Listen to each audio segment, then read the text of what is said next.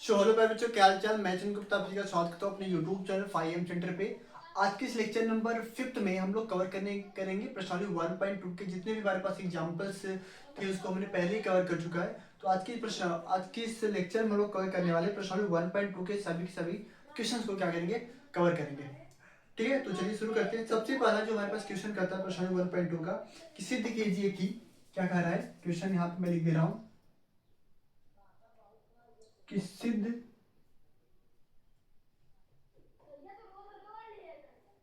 कीजिए कि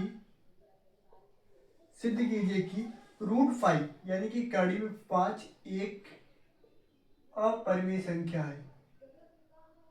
क्या है? एक अपरिमेय संख्या है। ठीक है, ये हमें प्रूव करना है कि जो मेरे पास कड़ी में 5 हुए, क्या मेरे पास एक अपरिमेय संख्या है। तो हमने आपको बताया था कि जो इस तरीके से हमें क्वेश्चन को प्रूव करने के लिए हमें एक रूल की आवश्यकता पड़ती है, जिन्हें हम लोग कहते हैं कि विरोधाभास का नियम कहते हैं। ठीक है, तो चलिए शुरू करते हैं। इसका सोल्यूशन में क्या लिखेंगे, हल में क्या, जो हमारे पास प्रूफ करना है उसका हम उल्टा मान के चलेंगे। तो हमें प्रूफ करना है क्या, अपरिमेय संख्या प्रूफ करना है, तो हम मान के चलेंगे हमारे पास क्या है, परिमेय संख्या है। तो माना जो रूट में 5 है, √5 एक परिमेय संख्या है। क्या है? एक परिमेय संख्या है। परिमेय संख्या है। √5 एक परिमेय संख्या है, अर्थात जो √5 होगा उसे हम P/Q के रूप में लिख सकते हैं, जहां P और Q, P एंड Q हमारे पास क्या होगा, सअभाज्य संख्या होगा, सअभाज्य है। एंड Q मेरे पास 0 नहीं होना चाहिए। ठीक है, अब हम क्या करेंगे, जो Q है, Q को हम इधर लेके जाएंगे, √5 को इधर लेके आएंगे। क्या है, Q इक्वल में आ जाएगा P/5 में रूट में 5 हो जाएगा। अब कहें दोनों पक्षों में स्क्वायर करने पर, मतलब दोनों पक्षों का, दोनों पक्षों में वर्ग करने पर, क्या वर्ग करने पर, वर्ग करने में क्या मिलेगा, ध्यान दो यहाँ पे। Q का करेंगे तो Q स्क्वायर हो जाएगा, और P का करेंगे तो P स्क्वायर, और रूट में 2 का करेंगे, सॉरी √5 होना चाहिए। ठीक है, 5, अगर रूट में 5 का करेंगे तो क्या आएगा, 5 आ जाएगा। इसको लेते हैं इक्वेशन नंबर फर्स्ट। ठीक है, क्या मानते हैं इसको, इक्वेशन नंबर फर्स्ट। अब आपको एक प्रमेय याद होगा कि कोई अभाज्य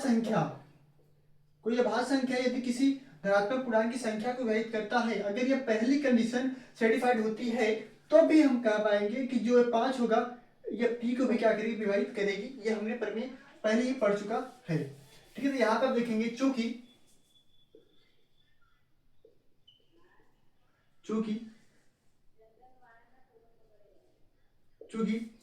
5 P स्क्वायर को विभाजित करता है, क्या, चूंकि जो 5 है वो P स्क्वायर विभाजित करता है, इसलिए 5P को भी विभाजित करेगा। क्या होगा, P 5 को विभाजित करेगा। ये हमारा प्रमेय कहता है। अगर P 5 को विभाजित करेगा, अर्थात P/5 बराबर कुछ समथिंग n आएगा। n हमारे पास क्या होगा, कोई पूर्णांक मान लेते हैं। क्या है, कोई पूर्णांक है। इसको अब अगर P/5 बराबर n है तो P की वैल्यू क्या आ जाएगी, 5n आ जाएगी। इसको मानते हैं क्वेश्चन नंबर हम लोग 2। ठीक है, ये बात आज समझ में, P बराबर 2। अब क्या करेंगे, इस P की वैल्यू उठा के रखेंगे इक्वेशन नंबर 1 में। तो क्या हो जाएगा, Q बराबर P की वैल्यू रखेंगे कितना, 5, तो 5 की स्क्वायर 25, और n का करेंगे तो n स्क्वायर आएगा, और 5 25 होगा तो 5n स्क्वायर आ जाएगा। और अगर हम यहाँ से n स्क्वायर की वैल्यू फाइंड करेंगे तो आएगा Q स्क्वायर 5। ठीक है, Q स्क्वायर बराबर 5। अब इसे आप ध्यान दें, इक्वेशन नंबर इसे मानते हैं 3। 5Q स्क्वायर को विभाजित कर रहा है तो 5Q को भी करेगा, क्योंकि 5Q स्क्वायर को विभाजित करता है, इसीलिए इसलिए 5 क्यू को भी विभाजित करेगा। क्या? क्यू को विभाजित करेगा। ठीक है, अगर 5 क्यू को करेगा यानी कि क्यू बट्टे में 5 आएगा और समथिंग यन, यम क्या आएगा, कोई पूर्णांक आएगा, उसे हमने क्या मान लिया, यम। ठीक है, यम आएगा, अर्थात हम क्यू की वैल्यू क्या लिख सकते हैं, 5 यम, और इसको इक्वेशन नंबर मानते हैं 4। अब आप ध्यान दें, यहाँ पे p की वैल्यू क्या आई, p बराबर आ गया 5 यन, और q बराबर क्या आ गया, 5 यम। अगर हम इसका एचसीएफ निकालें तो अब कॉमन क्या दिख रहा है आपको, 5, यानी कि इसका एचसीएफ क्या आ जाएगा, पी क्यू का 5 आएगा, अर्थात जो पी क्यू हमने क्या मान रखा था, सहभाज्य। तो अभी अगर पी क्यू का अगर सहभाज्य होता तो इसका हमारे पास जो एचसीएफ आता उसमें क्या आता, 1 आता, बट ये एचसीएफ 5 आ गया, यानी कि हमने जो मान रखा था कि जो हमारे पास पी और क्यू है वो सहभाज्य, अतः हमारे पास पी क्यू सहभाज्य नहीं रह गया। क्यों नहीं हुआ, क्योंकि इसका एक उभयनिष्ठ गुणनखंड कितना आ गया, 5 आ गया। तो अब ये सहभाज्य नहीं रह गया, इसका मतलब क्या हुआ कि हमारा विरोधाभास हो गया। हमारे पास जो करीब 5 था वो क्या हमारे पास था, परिमेय संख्या था, अतः हमारे पास क्या हो जाएगा, करीब 5 एक परिमेय संख्या, सॉरी अपरिमेय संख्या हो जाएगी। ठीक है, तो यहाँ पे इस बात को लिखेंगे कि समीकरण 2 व 4 से स्पष्ट है कि 2 और 4 से स्पष्ट है कि 5 पी व क्यू का एक उभयनिष्ठ गुणनखंड है। क्या है, उभयनिष्ठ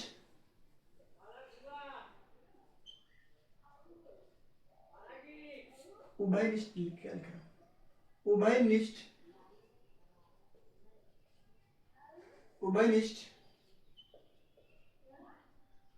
गुणनखंड है, और गुणनखंड है,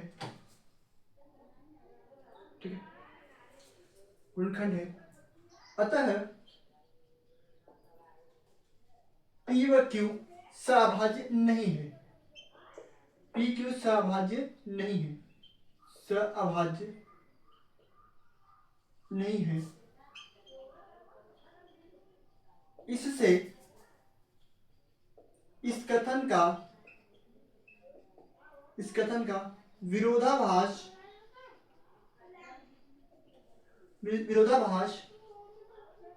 प्राप्त होता है कि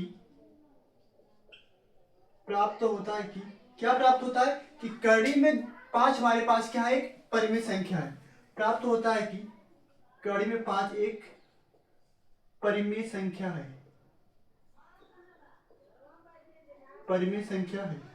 अच्छा, अगर हमें हमारे विरोधाभास की कड़ी में 5 परिमेय संख्या है तो क्या हो गया, अब परिमेय नहीं तो भाई क्या हो गया, अतः कड़ी 5 एक अपरिमेय संख्या है। क्या है, अपरिमेय संख्या है। ठीक है, याद आपको हमने क्या क्या किया, एक बार आप फिर से चेक कर लेंगे। हमने क्या किया कि हमें प्रूव करना था एक अपरिमेय संख्या, तो हमने इसका अपोजिट मान रखा, मेरे पास कड़ी 5 क्या है, एक परिमेय संख्या है। अच्छा, अगर कोई संख्या परिमेय संख्या होती है तो उसे हम p बटे क्यू के रूप में लिख सकते हैं, अर्थात कड़ी 5 को लिख पाएंगे हम लोग p बटे क्यू के रूप में। ठीक है, हमने क्या कि q को इधर लेके 5 को लेके गया इधर, अगर q इधर लेके आएंगे तो भाग में से हो जाएगा गुणा और इधर हो जाएगा मेरे पास भाग। फिर दोनों पक्षों में क्या किया मैंने, वर्ग कर दिया, वर्ग करेंगे q का q स्क्वायर, p का p स्क्वायर, और करीब 5 करेंगे तो 5 आ जाएगा। ठीक है, चूंकि 5 p स्क्वायर विभाजित करता है तो इसीलिए 5 p को विभाजित करेगा। ठीक है, अगर करेगा तो p बटे 5 बराबर कोई समथिंग आएगा, जैसे अगर हम कहें आपसे कि 6 बटे 3 तो आएगा 2। ठीक है, मैं कोई पूर्णांक वैल्यू आ गई तो p बटे 5 बराबर n आ गया, यानी कि p बराबर आ गया 5n। अब इस p की वैल्यू हमने पुट कर दी कहा है क्वेश्चन नंबर 2 में, तो p q बराबर क्या आ गया, यहाँ पे देखिए q बराबर क्या आ जाएगा, p की वैल्यू 5 की स्क्वायर 25, n के स्क्वायर n स्क्वायर, यानी कि 5 बटे 25 हो जाएगा 5n स्क्वायर आ जाएगा। फिर यहाँ से n स्क्वायर की वैल्यू क्या आ जाएगी, q स्क्वायर अपान में 5। अब ध्यान दें कि 5 जो है q स्क्वायर विभाजित करता है, इसलिए 5 q को भी करेगा। करेगा मतलब q बटे 5 बराबर m, कोई पूर्णांक हमारे पास है, q बराबर क्या आएगा 5 आएगा।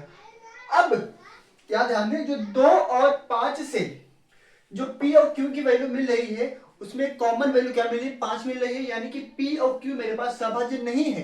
क्यों नहीं है? क्योंकि अगर सहभाज्य p q होता इसका उभयनिष्ठ केवल 1 आता, बट यहाँ पे क्या आ गया 5 आ गया, यानी कि पी क्यू हमारे पास क्या हो गया सहभाज्य नहीं हुआ।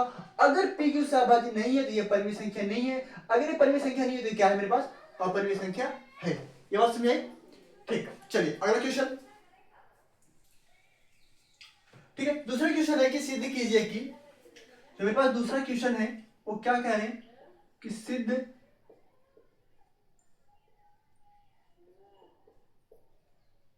कीजिए कि 3 प्लस 2 कड़ी में 5, 3 प्लस 2 कड़ी में 5 एक अपरिमेय संख्या है,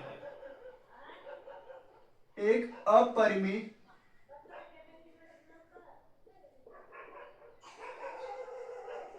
संख्या है। क्या एक अपरिमेय संख्या है? ठीक है, तो चलिए इसको सिद्ध करते हैं। हल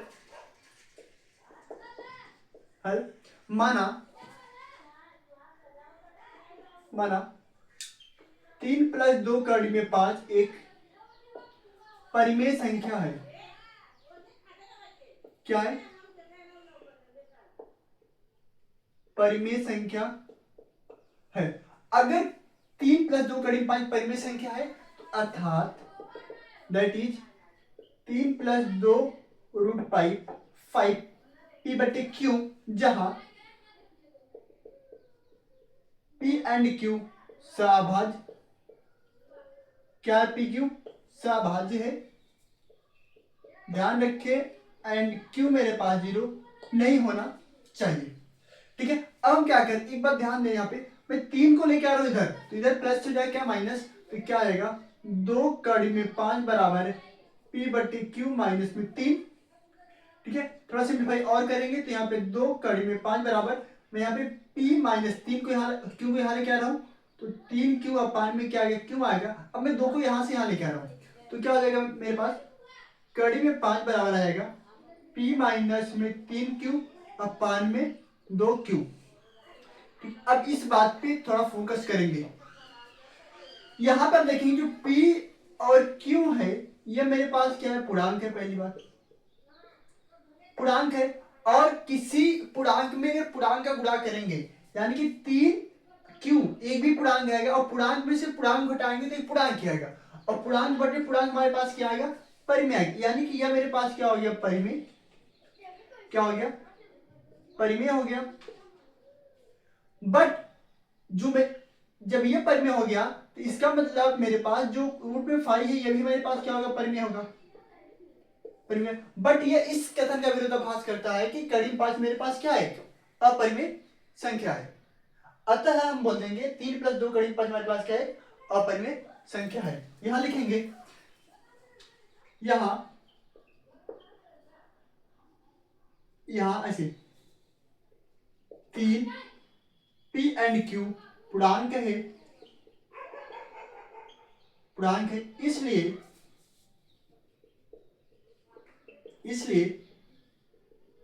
p माइनस 3 क्यू अपान में 2 क्यू परिमेय संख्या होगी,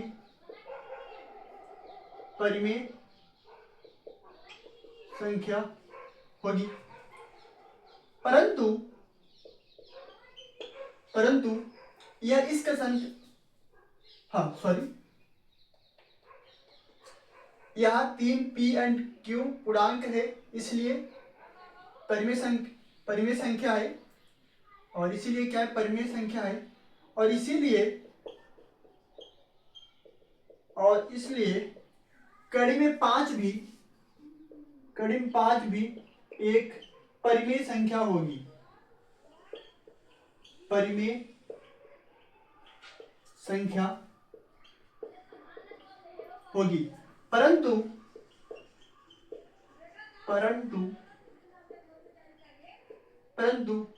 यह इस कथन का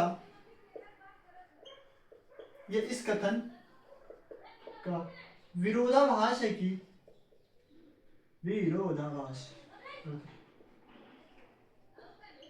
विरोधाभास है कि कड़ी में 5 एक अपरिमेय संख्या है। क्या है? अपरिमेय संख्या है। अतः मैं यहां लिख दूं, चलेगा? ठीक है, अतः यहां लिख दे रहा हूं, अतः 3 + 2 कड़ी 5 एक अपरिमेय संख्या है। क्या है? अपरिमेय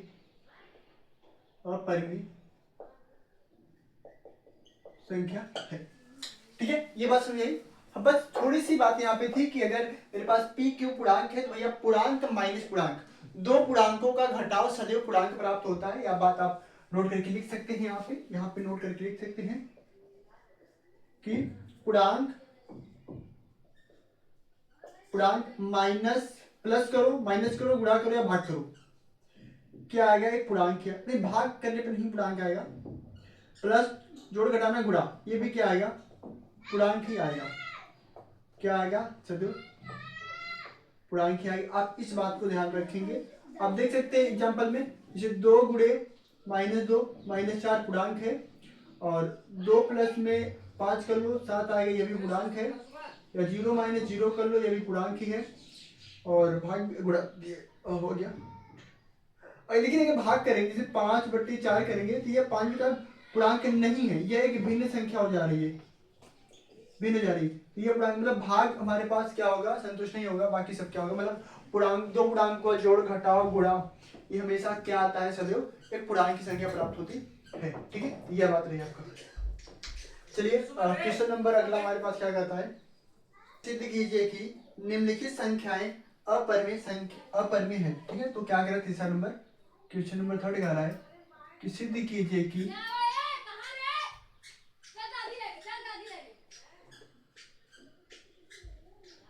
क्या? सिद्ध कीजिए कि निम्नलिखित संख्याएं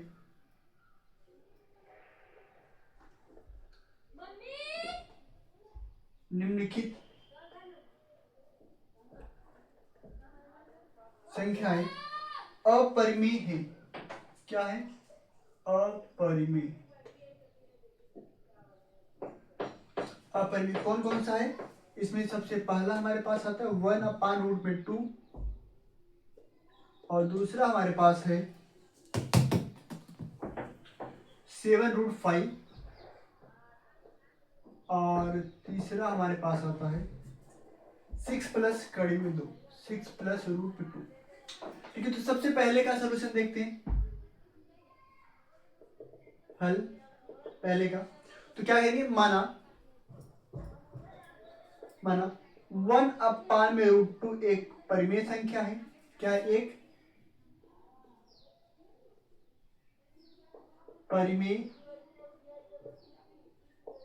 संख्या है, अर्थात 1/√2 हमारे पास क्या होगा? P/Q होगा, जहां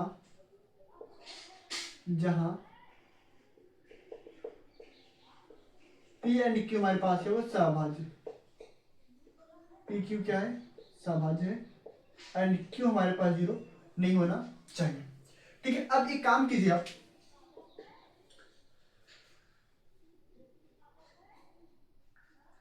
दोनों को पलट दीजिए, तो क्या आएगा? व्युत्क्रम करने पे क्या हो जाएगा? कड़ी में 2 आ जाएगा और Q अपान में P आ जाएगा। क्या आ जाएगा? P अपान में Q अपान में P आ जाएगा। अब इस बात को थोड़ा ध्यान दें आप, P और Q हमारे पास पूर्णांक है, और पूर्णांक बटे पूर्णांक की परिमेय संख्या होती है। परिमेय संख्या है, तो इसीलिए मेरे पास कड़ी में 2 भी क्या होगी? परिमेय संख्या होगी।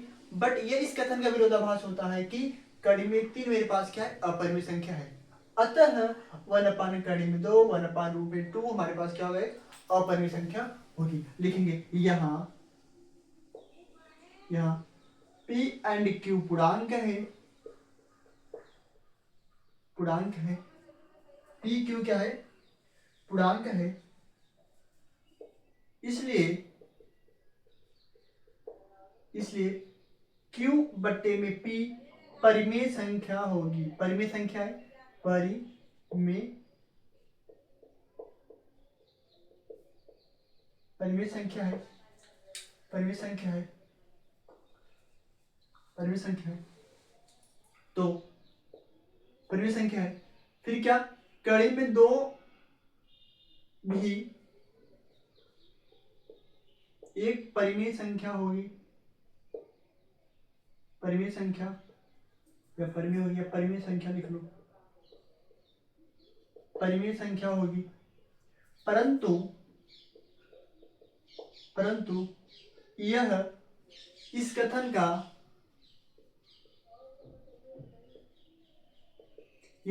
का विरोधाभास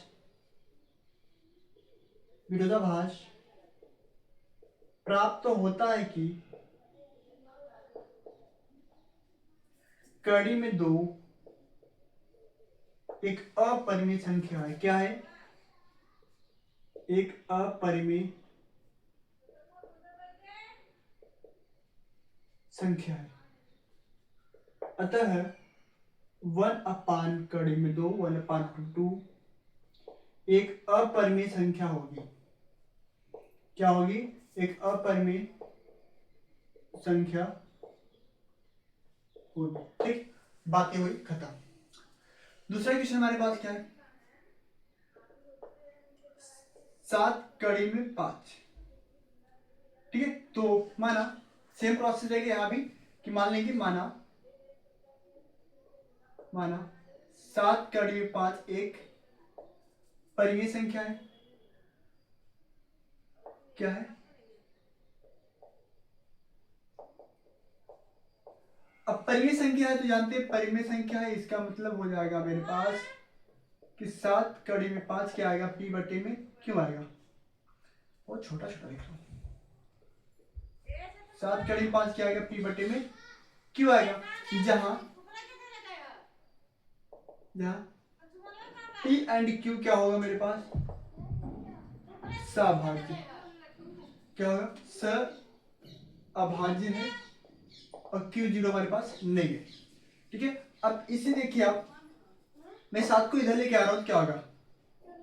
कड़ी में 5 क्या आएगा? P बटे में 7 Q आ जाएगा।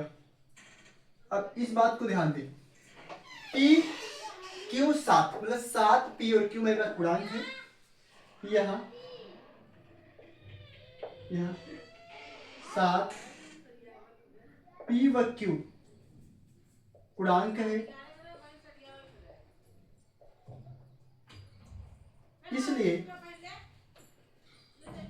इसलिए P अपान में 7 Q एक परिमेय संख्या होगी। क्या होगी? परिमेय संख्या होगी। क्या होगी भैया? परिमेय संख्या होगी। अतः परिमेय संख्या, अतः कड़ी में 2 भी, कड़ी में 5 भी एक परिमेय संख्या होगी, परिमेय संख्या होगी, परंतु यह इस कथन का विरोधाभास है कि, क्या इस कथन का विरोधाभास है कि कड़ी में 5 एक अपरिमेय संख्या है। क्या है? अपरिमेय संख्या है। अतः क्या है? 7 कड़ी में 5 एक अपरिमेय संख्या है। क्या है? एक अपरिमेय संख्या है। ठीक है, ये रहा बस। अच्छा, ये अब जो आपको लास्ट वाला है 6 प्लस कड़ी में 2, ये आपके लिए होमवर्क, इसे आप कर लेंगे। सेम होगा प्रोसेस, अभी जो इसके पहले मैंने किया था सेम वैसा होगा। ठीक है, तो हमारा चैप्टर नंबर 1 वास्तविक संख्याएं, यह आपका प्रश्नावली चैप्टर समाप्त होता है। तो अगर अगली वीडियो चाहिए तो आप कमेंट करें, फिर आपको 2 दिन बाद को उसको करते हैं। ठीक है, धन्यवाद।